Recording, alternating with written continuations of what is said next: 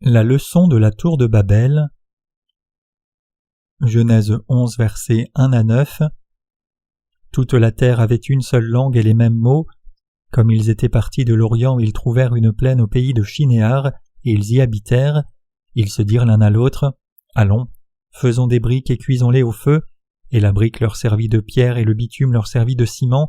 Ils dirent encore, « Allons, bâtissons-nous une ville et une tour dont le sommet touche au ciel, et faisons-nous un nom afin que nous ne soyons pas dispersés sur la face de toute la terre. » L'Éternel descendit pour voir la ville et la tour que bâtissaient les fils des hommes, et l'Éternel dit, « Voici, ils forment un seul peuple et ont tous une même langue, et c'est là ce qu'ils ont entrepris. Maintenant, rien ne les empêcherait de faire tout ce qu'ils auraient projeté. Allons, descendons, et là confondons leur langage afin qu'ils n'entendent plus la langue les uns des autres. » Et l'Éternel les dispersa loin de là sur la face de toute la terre, et ils cessèrent de bâtir la ville. C'est pourquoi on l'appela du nom de Babel, car c'est là que l'Éternel confondit le langage de toute la terre, et c'est de là que l'Éternel les dispersa sur la face de toute la terre. La lignée de toute race sur cette planète Terre remonte jusqu'à Noé et ses fils et belles-filles, qui ont commencé à multiplier de nouveau quand ils sont sortis de l'arche après le déluge. La Bible dit « Toute la terre avait une seule langue et les mêmes mots. Comme ils étaient partis de l'Orient, ils trouvèrent une plaine au pays de Shinéar et ils y habitèrent. Ils se dirent l'un à l'autre, « Allons, faisons des briques et cuisons-les au feu. » Cela indique que les gens de ce temps essayaient de construire une société pour éviter d'être éparpillés. Avant la construction de la tour de Babel, il n'y avait qu'une langue dans ce monde, mais comme le dit la Bible, beaucoup de langues sont apparues dans le monde comme conséquence de la construction de la tour de Babel. Les leçons de la tour de Babel. Les descendants de Noé étaient une famille et utilisaient tous une langue. Alors qu'ils se déplaçaient de l'Est, ils sont arrivés dans une plaine et ils ont construit la tour de Babel pour éviter d'être éparpillés. La plaine se trouvait dans l'actuel Irak, et c'est dans cette région qu'ils ont décidé de s'installer et de former une communauté unie. Il semble que cette région à l'époque était un pays fertile, plein de champs luxuriants et d'animaux apportant d'abondantes sources de nourriture. Ils bâtirent là une tour pour atteindre les cieux, essayant de se faire un nom et d'éviter d'être éparpillés sur toute la surface de la terre.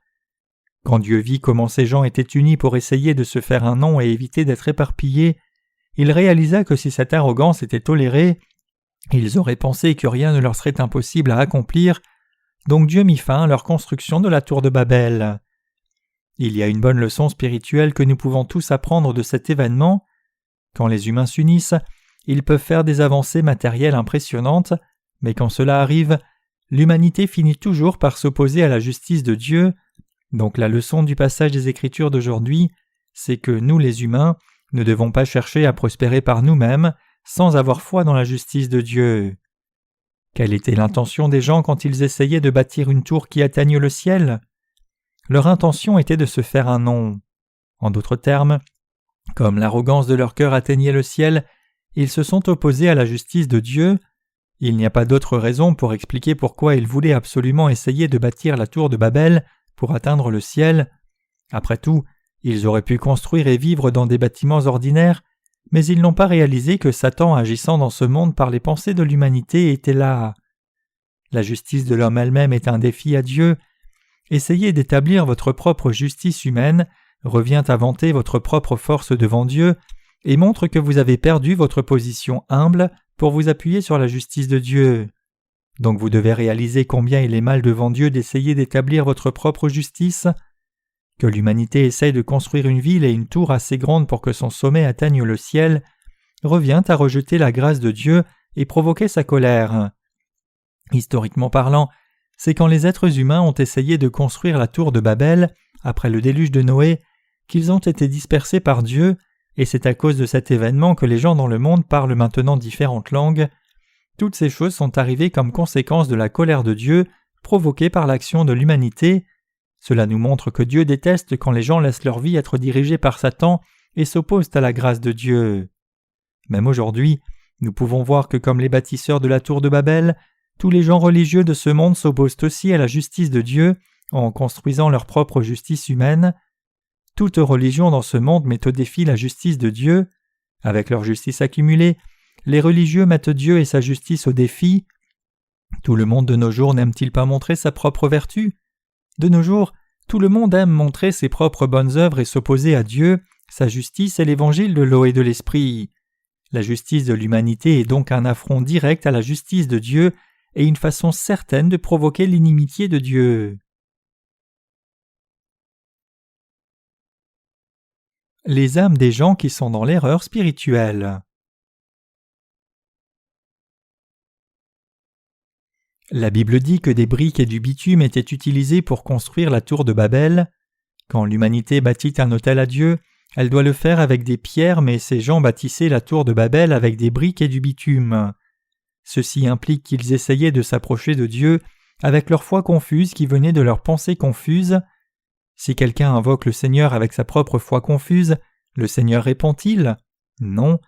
Une fois que quelqu'un tombe dans des croyances confuses, son esprit est lié à être encore plus confus en essayant de s'échapper, et à la fin, il tombe dans une plus grande confusion.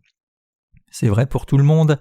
C'est pour cela que tous ceux qui veulent échapper à leurs croyances confuses spirituellement doivent d'abord connaître l'évangile de l'eau et de l'esprit et y croire dans leur cœur. À moins qu'ils ne le fassent, ils ne peuvent pas échapper à leurs croyances spirituellement confuses et fausses, et ils finiront par être détruits au milieu de toute cette confusion. Ceux qui sont ignorants de l'évangile de l'eau et de l'esprit seront détruits pour toujours à cause du péché de l'opposition à la justice de Dieu avec leur propre justice. Avec les événements entourant la tour de Babel, la Bible montre clairement qu'il y aurait une punition de Dieu pour toute foi erronée qui est basée sur les pensées charnelles de l'homme. À moins que vous ne soyez quelqu'un qui s'oppose à la justice de Dieu, vous devez croire que seul l'évangile de l'eau et de l'esprit donné par Dieu peut vous amener le salut. Beaucoup de chrétiens aujourd'hui font leurs propres croyances confuses basées sur leurs pensées charnelles, et ils se tiennent à ces croyances, au lieu de croire dans l'évangile de l'eau et de l'esprit, et ils dévient aussi les autres pour qu'ils aient ces croyances confuses. Il y a tant de chrétiens de nos jours qui montrent leur propre justice, même si leur foi est erronée puisque faite de leurs propres pensées charnelles tout comme la tour de Babel, plein de leur propre assurance, ils croient en vain. C'est pour cela que ceux dans les communautés chrétiennes qui ont ce genre de foi charnelle méprisent l'évangile de l'eau et de l'esprit. Le message important que Dieu nous donne à travers l'événement de la tour de Babel, c'est qu'il déteste lorsque ceux qui ont des croyances charnelles s'unissent entre eux. Ainsi vous devriez réaliser ici que lorsque les chrétiens du monde à la foi charnelle se rassemblent, ils pêchent contre Dieu. Que font les chrétiens d'aujourd'hui qui ont des croyances charnelles lorsqu'ils se rassemblent?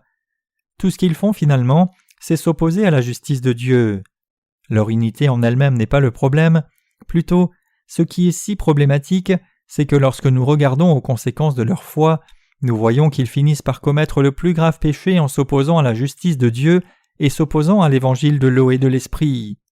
Quand nous regardons la foi de ceux qui s'opposent à la justice de Dieu, nous pouvons voir qu'ils essayent d'établir et de se vanter de leur propre justice humaine. En d'autres termes, ils désobéissent à la volonté de Dieu par leur propre volonté et s'opposent à l'évangile de l'eau et de l'esprit donné par Dieu. Une leçon que nous devons tous considérer attentivement une fois de plus, alors que nous continuons à mener nos vies de foi, c'est que lorsque les gens charnels se rassemblent comme un seul, ils finissent toujours par commettre le péché de s'opposer à la justice de Dieu. C'est pour cela que vous ne devriez pas vous unir aux chrétiens charnels ni vous joindre à eux. Vous devez réaliser que Dieu ne peut pas trouver son plaisir chez les pécheurs.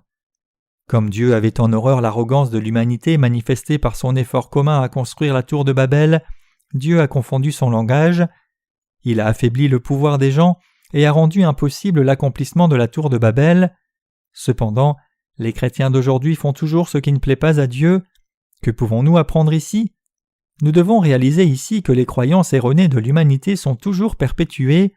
Nous devons nous mettre dans le bon rang de la foi, saisissant la justice de Dieu et croyant en elle selon la vérité. Quelle taille faisait la tour de Babel bâtie au temps de l'Ancien Testament? Nous ne le savons pas puisque ce n'est pas dans la Bible. Alors combien d'étages compte le plus haut bâtiment dans le monde maintenant? Il compte 101 étages. Dans quel pays est-il? C'est à Taïwan. Quelle taille fait ce bâtiment de 101 étages? Il fait 509 mètres. Alors que nous ne savons pas exactement quelle taille faisait la tour de Babel, puisque toute la race humaine s'affairait à la construire, sa hauteur devait être très considérable. Cependant, ce qui est important ici, c'est que Dieu a confondu le langage de l'humanité et l'a dispersé. Hier, c'était l'anniversaire de Siddhartha, le fondateur du bouddhisme, et j'ai entendu que l'Église catholique a envoyé une lettre de félicitations à la communauté bouddhiste. L'Église catholique de Corée a envoyé une lettre de félicitations ainsi que quelques membres catholiques au temple bouddhiste pour célébrer ce jour en personne. De nos jours, il est assez à la mode pour les leaders religieux dans le monde d'approuver la religion de l'autre. Le dit mouvement œcuménique est la personnification de cette mode. Beaucoup de chrétiens participent aussi à ce mouvement. Nous vivons maintenant dans un temps où toutes les religions du monde se rassemblent comme une seule. Quel est le but ultime derrière cette unification religieuse ? C'est de s'opposer à la justice de Dieu. En d'autres termes, les gens aujourd'hui unissent leur foi confuse ensemble pour s'opposer à la justice de Dieu. Quelque chose comme cela était inimaginable auparavant, mais maintenant, en ce temps de la fin, l'humanité est engagée dans un tel mouvement œcuménique syncrétiste. Cette version moderne de la tour de Babel, où les êtres humains font un, ne peut pas exister dans le domaine d'incrédulité du monde qui est plein d'égoïsme et ne devrait pas non plus exister. Auparavant, il y avait beaucoup d'hostilité entre les pratiquants de différentes religions. Le christianisme en particulier était assez prompt à rejeter toutes les autres religions au motif que l'on devait croire selon la Bible. À la différence du christianisme qui adhère au monothéisme, le bouddhisme soutient que chacun est lui-même Dieu, donc vous devez atteindre le nirvana et vous discipliner vous-même jusqu'à ce que vous atteigniez l'état divin. Donc jusqu'à récemment, les adeptes de ces deux religions avaient l'habitude de se quereller, mais maintenant, ils disent tous les deux que chacun devrait comprendre et approuver la religion de l'autre. Dans les églises protestantes aussi, le dit pluralisme religieux fait de grands progrès, et chaque année, des réunions comme la WCRP, Conférence mondiale de la religion et de la paix, sont tenues pour encourager toutes les religions du monde à s'unir. Cela se passe maintenant dans le monde entier, le mouvement œcuménique est global, les moines catholiques et les moines bouddhistes chantent les hymnes les uns des autres ensemble. Spirituellement parlant, c'est la même foi que ceux qui construisaient la tour de Babel. En d'autres termes, toutes les religions du monde syncrétisent les unes avec les autres spirituellement. Le mot Babel dans la tour de Babel se définit comme confusion. C'est de là que la confusion spirituelle est descendue sur l'âme des gens vivant dans ce monde. Les leaders religieux de ce temps disent que c'est un pas en avant positif que toutes les religions se rassemblent.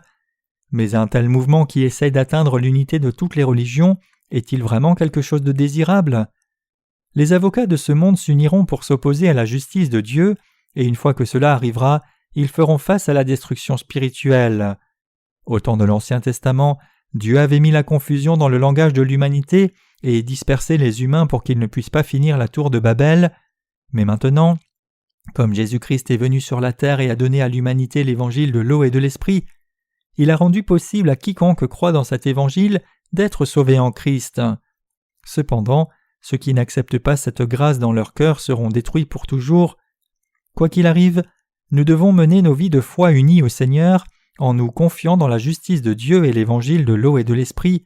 Nous ne devons jamais nous unir à des croyances orientées par la chair et fausses. Ce serait merveilleux si tous les pratiquants religieux du monde étaient aussi délivrés de tous les péchés du monde en réalisant la justice de Dieu et croyant en Jésus comme leur sauveur. Mais nous devons réaliser que lorsque les êtres humains s'unissent eux-mêmes, tout ce qui peut en sortir, c'est une foi religieuse corrompue. À la fin, si quelqu'un s'unit aux pensées charnelles de l'humanité, il est lié à s'opposer à la justice de Dieu et sa parole, et finalement, ce n'est autre que construire la propre justice humaine comme la tour de Babel. Donc si quelqu'un tombe dans les pensées charnelles et mène sa vie de foi avec des gens mondains, cette personne perdra sa propre âme, mais elle finira aussi par détruire l'âme d'autres personnes. Il est insensé pour les êtres humains d'essayer de saisir la justice de Dieu avec leurs propres pensées charnelles. Si les anges aujourd'hui continuent de mener une vie de foi charnelle en s'unissant, cela ne produira rien de plus qu'une foi corrompue.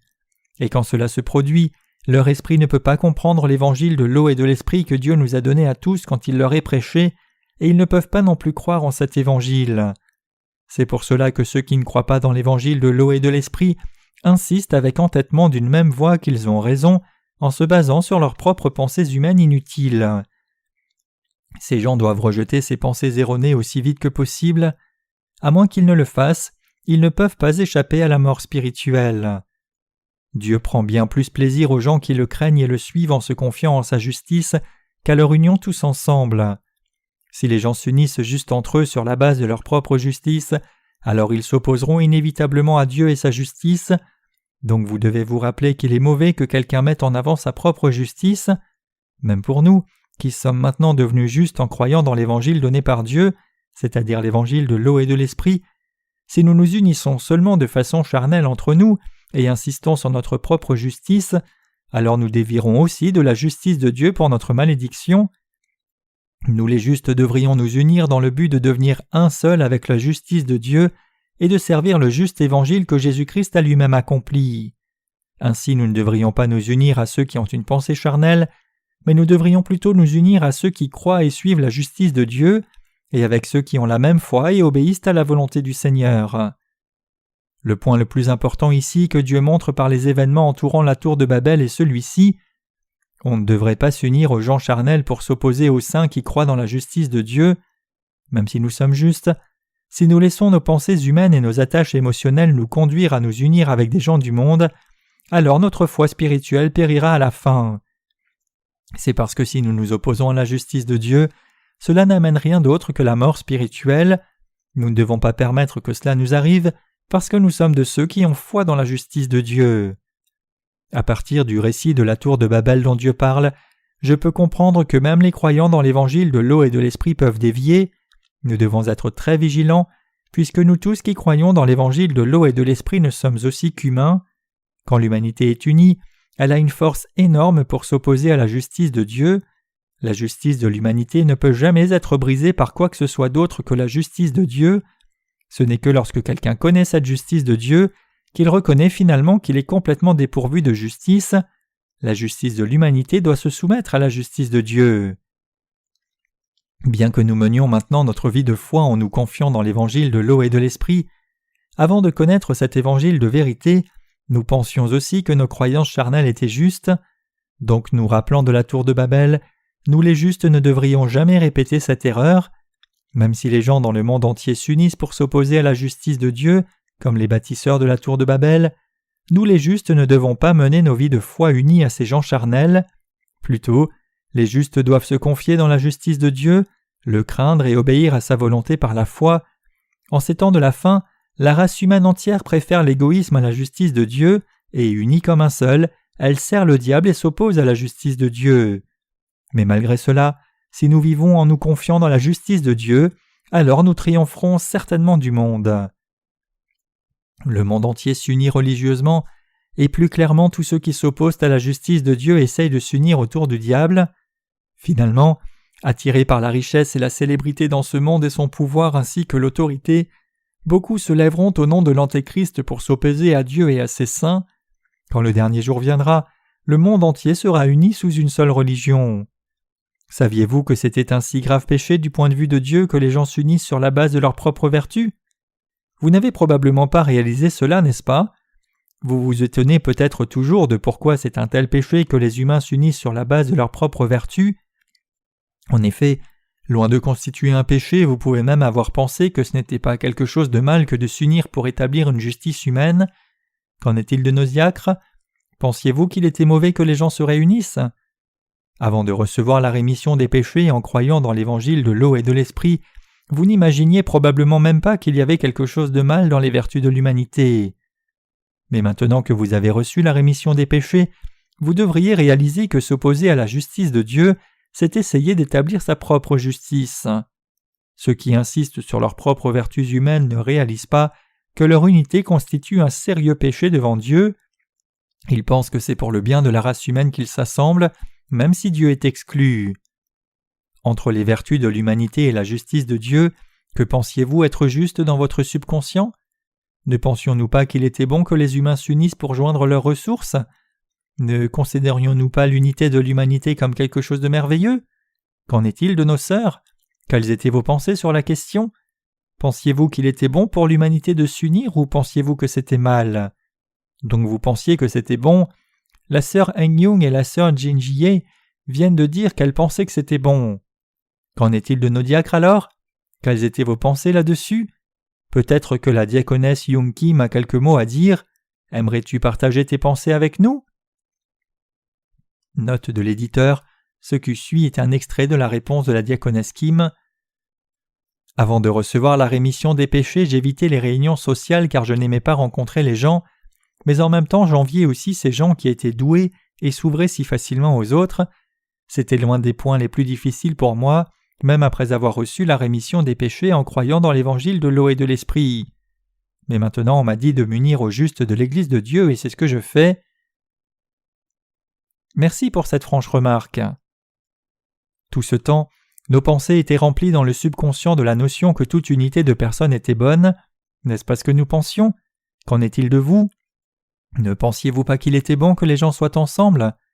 Nous pensions tous que toutes sortes d'unités étaient bonnes et désirables en elles-mêmes, que ce soit des gens ou des nations qui s'assemblent. Tous les diacres ici ne pensaient-ils pas aussi qu'être avec quelqu'un d'autre était généralement bon comme le faisait la diaconesse Kim? Bien sûr, n'est-ce pas ainsi que nous pensions tous?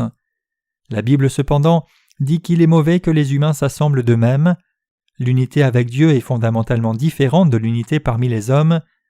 S'unir à l'Église de Dieu se fait pour suivre la volonté du Seigneur. Cela comporte le fait de s'unir à la justice de Dieu par la foi d'abord, puis de s'unir encore une fois à tous ceux qui sont aussi en union avec cette justice de Dieu. C'est la vraie unité que nous devrions tous chercher à vivre, mais essayer de s'unir parmi les humains est différent de s'unir à la justice de Dieu, et c'est pour cela que cela constitue un péché. Donc c'est à cause de la justice de Dieu que nous tous, y compris nos diacres, nous sommes unis à l'Église. La Bible dit qu'il n'est pas bon que les êtres humains dans la chair soient unis par eux-mêmes dans leur foi charnelle. Dans une démonstration de leur unité, les hommes ont essayé de bâtir la tour de Babel dans la plaine, mais Dieu est descendu là et a jeté leur langage dans une confusion complète. Les gens de ce temps étaient capables de s'unir et de s'opposer à Dieu parce qu'ils partageaient tous la même langue, et c'est pour cela que Dieu a mis la confusion dans leur langage. Maintenant, bien sûr, il y a tant de langues différentes de par le monde que nous avons des difficultés à surmonter les barrières de la langue dans le monde pour diffuser l'évangile de l'eau et de l'esprit. Si l'humanité à cette époque n'avait pas construit la tour de Babel, alors un seul serment suffirait pour que tout le monde sur la terre entière comprenne l'évangile de l'eau et de l'esprit et pour que cet évangile agisse dans le cœur de tous. Bien que le passage des Écritures d'aujourd'hui soit très court, dans ce passage, Dieu nous donne le récit entier de l'origine du mal dans toutes les religions de ce monde. Quand ce passage est analysé de près, nous voyons où l'histoire des religions du monde a commencé et ce qui ne va pas. Aujourd'hui, le christianisme lui-même est engagé activement dans le mouvement œcuménique. Les chrétiens engagés dans ce mouvement portent leur lampe non pour devenir la lumière du monde, mais pour montrer leur propre force, et ce n'est pas quelque chose qui corresponde à la volonté de Dieu. Au contraire, c'est une union de ceux qui ont une fausse foi et essayent de mettre Dieu et sa justice au défi. Les chrétiens d'aujourd'hui essayent de s'unir eux-mêmes selon les pensées charnelles de l'humanité, mais la volonté de Dieu ne permettra pas que cela n'arrive et il les dispersera tous. Comme nous connaissons la justice de Dieu, nous sommes capables de réaliser sa volonté. La tour de Babel symbolise la fausseté du syncrétisme spirituel. Les gens de nos jours syncrétisent différentes croyances religieuses dans une confusion spirituelle, et ceux qui adhèrent à ce genre de foi feront face à de terribles malédictions de Dieu. Beaucoup de gens aujourd'hui professant croire en Jésus ont déjà été compromis spirituellement. Comme toute religion aujourd'hui est bâtie sur des doctrines sans fondement, si elle est secouée par la parole de Dieu une seule fois, elle tombera comme une maison bâtie sur le sable. Bien qu'il semble que ces religieux exposent de bonnes doctrines, en réalité, une fois que vous saisissez la vérité qui est venue par l'évangile de l'eau et de l'esprit, vous pouvez réaliser ce qui ne va pas dans les doctrines de toutes les religions du monde. Avec leur foi charnelle, c'est-à-dire une foi confuse, les pratiquants religieux d'aujourd'hui s'opposent à la justice de Dieu, et c'est précisément ce qui ne va pas chez eux. Le passage des Écritures d'aujourd'hui est suivi immédiatement par la généalogie de quelqu'un qui croyait dans la justice de Dieu, et cette généalogie, c'est la généalogie de Sem, le premier fils de Noé. Les descendants de Sem sont listés dans cette généalogie, qui à la fin nomme Térakh, et c'est Térakh qu'Abraham, le père de la foi, est né. Selon la tradition orale, le père d'Abraham, Térakh, était un vendeur qui fabriquait et vendait des idoles. Ceci implique que la foi de Térakh était syncrétiste. Il croyait en Dieu et aussi en d'autres divinités, mais Abraham n'était pas comme son père. Quand Dieu lui est apparu et lui a parlé, Abraham a cru la parole de Dieu pleinement et y a obéi en entier. Le passage des Écritures d'aujourd'hui nous dit comment devrait être notre vraie foi devant Dieu. Les événements qui entourent la tour de Babel démontrent clairement que seuls ceux qui suivent Dieu en se confiant dans sa justice peuvent mener leur vie de foi avec succès. Tous les autres qui ne suivent pas la parole de Dieu ont tort, indépendamment du fait que leur désobéissance soit individuelle, collective ou nationale. Donc la foi de ceux qui suivent le Seigneur selon leur propre volonté est un péché. Si nous ne suivons pas la justice de Dieu en mettant notre foi dans sa parole, alors tout est faux. Beaucoup de chrétiens essayent de mener leur vie de foi selon leur propre volonté, mais est-ce possible ? Dieu n'a-t-il pas des attentes au sujet de la volonté humaine ? Dieu est le Créateur qui a fait l'humanité. Il peut compter nos cheveux. Matthieu 10, verset 30. Ce Dieu sait pleinement que nous humains ne pouvons pas atteindre une justice qui soit digne de son approbation, peu importe combien nous essayons. Bien que beaucoup de chrétiens brûlent d'autodétermination et essayent de bâtir leur propre justice comme la tour de Babel, tout ceci est basé sur de fausses doctrines, et Dieu leur montre l'évangile de l'eau et de l'esprit et leur demande d'atteindre sa justice en croyant dans cet évangile de l'eau et de l'esprit. Dans un match entre la justice de l'humanité et la justice de Dieu, laquelle prévaudrait ? La justice de Dieu prévaudrait bien sûr. La tour de la foi inutile que les humains ont bâtie par leur propre volonté s'écroulera dans une ruine à la fin. Toute foi volontaire bâtie par l'humanité est complètement vaine. À Jinan, une ville située dans la partie sud-ouest de la Corée du Sud, il y a des montagnes appelées Maï qui ressemblent à une paire d'oreilles de cheval. Note de l'éditeur, le mot Maï signifie oreille de cheval. Les visiteurs de cette montagne peuvent y voir beaucoup de pagodes en pierre qu'un ermite a passé sa vie entière à construire, comme part de sa pratique de l'ascétisme. Combien l'ermite se sentirait-il vide si quelqu'un passait un jour et démolissait ces pagodes pendant la nuit qu'il a construites si méticuleusement durant toute sa vie ? Alors que cela aurait pu prendre une vie entière de construire les tours, cela ne prendrait qu'un moment pour les faire tomber.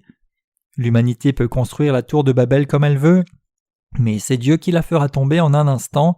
L'événement de la tour de Babel en Genèse nous donne une leçon profonde pour chacun de nous qui croyons dans l'évangile de l'eau et de l'esprit. Si ce n'était pas à cause de cet événement, nous n'aurions pas eu tant de problèmes à essayer d'apprendre une langue étrangère. Plus important, cela nous rappelle que tout le monde peut être tenté de bâtir sa propre version de la tour de Babel. C'est parce que tout le monde veut vivre harmonieusement en union avec les autres. Bien que ce soit un désir commun pour tous les humains de vivre en harmonie avec les autres, cela ne devrait pas les conduire à s'opposer à Dieu et à dévier de lui. Le problème cependant, c'est que c'est exactement ce que font la plupart des gens. Pendant des siècles, l'humanité a essayé de sécuriser son bonheur par elle-même, mais c'est simplement impossible. Étant séparée de Dieu, l'humanité ne peut pas pratiquer le bien ni être heureuse par sa propre volonté. C'est pour cela que Dieu nous a donné le royaume des cieux pour vivre dans une harmonie parfaite pour toujours. Comme croyant dans l'évangile de l'eau et de l'esprit, nous donnons toute notre reconnaissance, la gloire et la louange à notre Seigneur pour nous avoir donné le royaume des cieux. Mais il y a toujours une chose par rapport à laquelle nous devons faire attention. Nous ne devons pas commettre le péché de dévier du Dieu de vérité en menant nos vies de foi selon nos propres pensées humaines. La leçon que nous enseigne la tour de Babel, c'est que nous devons rejeter nos croyances charnelles et avoir une foi spirituelle. Le Seigneur ne nous a pas seulement donné un évangile différent, mais il nous a donné l'évangile de l'eau et de l'esprit. Il ne veut pas que vous croyiez dans un évangile confus et dogmatique qui insiste sur le fait que le sang de la croix seul constituerait l'évangile. Plutôt, il veut que vous croyiez dans l'évangile de l'eau et de l'esprit. L'évangile de l'eau et de l'esprit que le Seigneur nous a donné apportera le salut à tous ceux qui croient dans cet évangile. Vivons donc tous en nous confiant dans l'évangile de l'eau et de l'esprit.